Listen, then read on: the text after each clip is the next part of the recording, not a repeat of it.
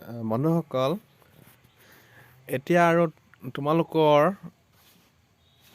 Ceiling চৰকাৰী মাটিবিলাকত apply কৰিবৰ কাৰণে নতুনকৈ আপডেট এটা আহিছে, মই জনাই দিছোঁ তোমালোকক। এতিয়া আৰু তোমালোকৰ পুৰণি কাষ্ট চাৰ্টিফিকেটৰখনৰ দ্বাৰাই এপ্লাই কৰিব পাৰিব। এতিয়া নতুনকৈ ওলাই থাকিব হ'লে তোমালোকৰ সময়ো বেছি লয়। এতিয়া নতুনকৈ এটা আপডেট দিছে, সেইটো তোমালোকে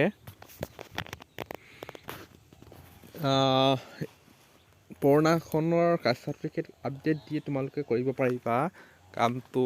তোমালোকে কোনো ভয় খাবলৈ প্ৰয়োজন নাই। তাত এই প্ৰথমতে দিছিলে এইটো, মই এইটো কৰি দেখুৱাম বাৰু। প্ৰথমতে দিছিলে তোমালোকৰ অনলাইনখনৰ দ্বাৰা ওলোৱা প্ৰমাণপত্ৰখন দিহে কৰিব পাৰে। এতিয়া নতুনকৈ এটা আপডেট দিছে, সেইটো তোমালোকে সেই নোহোৱাকৈ পুৰণা কাষ্ট চাৰ্টিফিকেটখন দি এপ্লাই কৰিব পাৰিবা। এইটো বহুতো ভাল খবৰ বুলিয়ে মই ভাবোঁ। এতিয়া তোমালোকে যিহেতু 31 মাৰ্চলৈকে সময় বঢ়াই দিলে, 31 তাৰিখলৈকে তোমালোকে আৰামত কৰি ল'ব পাৰিবা পুৰণা কাষ্ট চাৰ্টিফিকেটখন দিয়ে। এইটোৱে আছিলে কেনেকৈ কৰিব লাগে। মই তোমালোকক পাছৰ নেক্সট এটা ভিডিঅ' বনাম। সেই ভিডিঅ'টোত তোমালোকে কেনেকৈ ডকুমেণ্টবিলাক আপলোড কৰিব লাগে সেইটো দেখুৱাই দিম।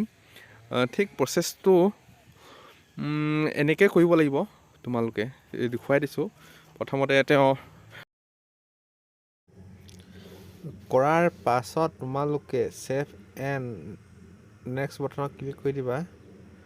ক্লিক কৰাৰ পাছত তোমালোকে তাত বিঘাটো চিলেক্ট কৰি লোৱাৰ পিছত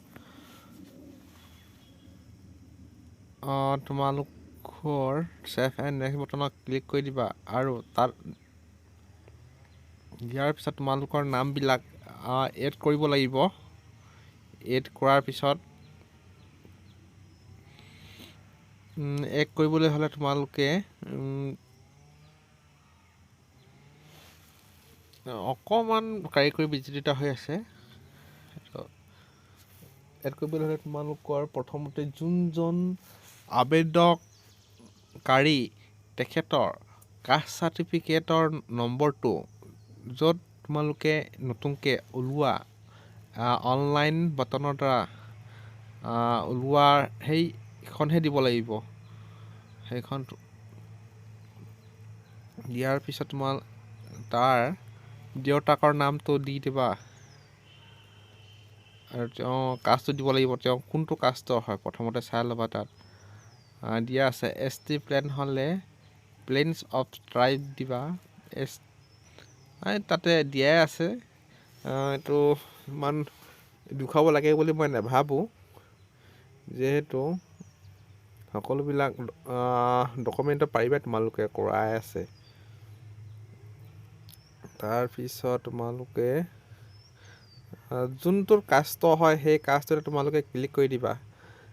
ক্লিক কৰাৰ পিছত তোমালোকৰ ইয়াত do you have LRD have ভূমিপুত্ৰৰ চাৰ্টিফিকেট। যদি তোমালোকে আগতে ভূমিপুত্ৰৰ চাৰ্টিফিকেট এপ্লাই কৰিছিলা তেতিয়াহ'লে য়েছ দিবা। তাত তেতিয়া কাষ্ট চাৰ্টিফিকেট নম্বৰটো বহাই দিব লাগিব। যদি নাই কৰা তেতিয়াহ'লে ন' বটনত ক্লিক কৰিলে তাত অট'মেটিক পেজটো খোল খাই যাব। আৰু মই তেখেতৰ চাৰ্টিফিকেটৰ নম্বৰটো বহোৱাৰ পিছত তেওঁৰ নামটো সৈতে অট'মেটিক আহি যাব। অহাৰ পাছত তাত নেক্সটত চাব লাগিব। তাৰ পৰা আহিব তোমাৰ মেৰিট ষ্টেটাছ কি আছিলে তেখেত দিব লাগিব। ছিংগুল, মেৰিট, আনমেৰিট, উইণ্ড' কি আছে এইবিলাক আৰু। এইটো কৰাৰ পিছত তোমালোকে এড্ৰেছ ডিটেইলছটো ভৰাব লাগিব। তেওঁৰ প্ৰেজেণ্ট এড্ৰেছটো ভালদৰে বহুৱাই দিবা। বহুৱাৰ পিছত তোমালোকৰ তাত নেক্সট বটনত ক্লিক কৰিব লাগিব। ক্লিক কৰাৰ পিছত তোমালোকৰ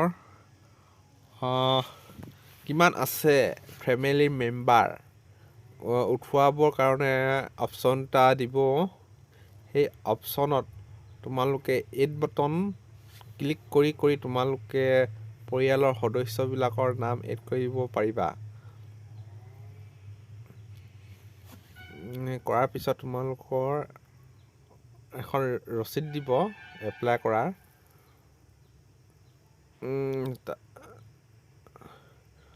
যিজন আছে ফেমিলি মেম্বাৰ সেইমতে তোমালোকে কৰিব পাৰিবা। ভিডিঅ'টো ইমানেই আছিলে। ভিডিঅ'টো চোৱাৰ বাবে ধন্যবাদ।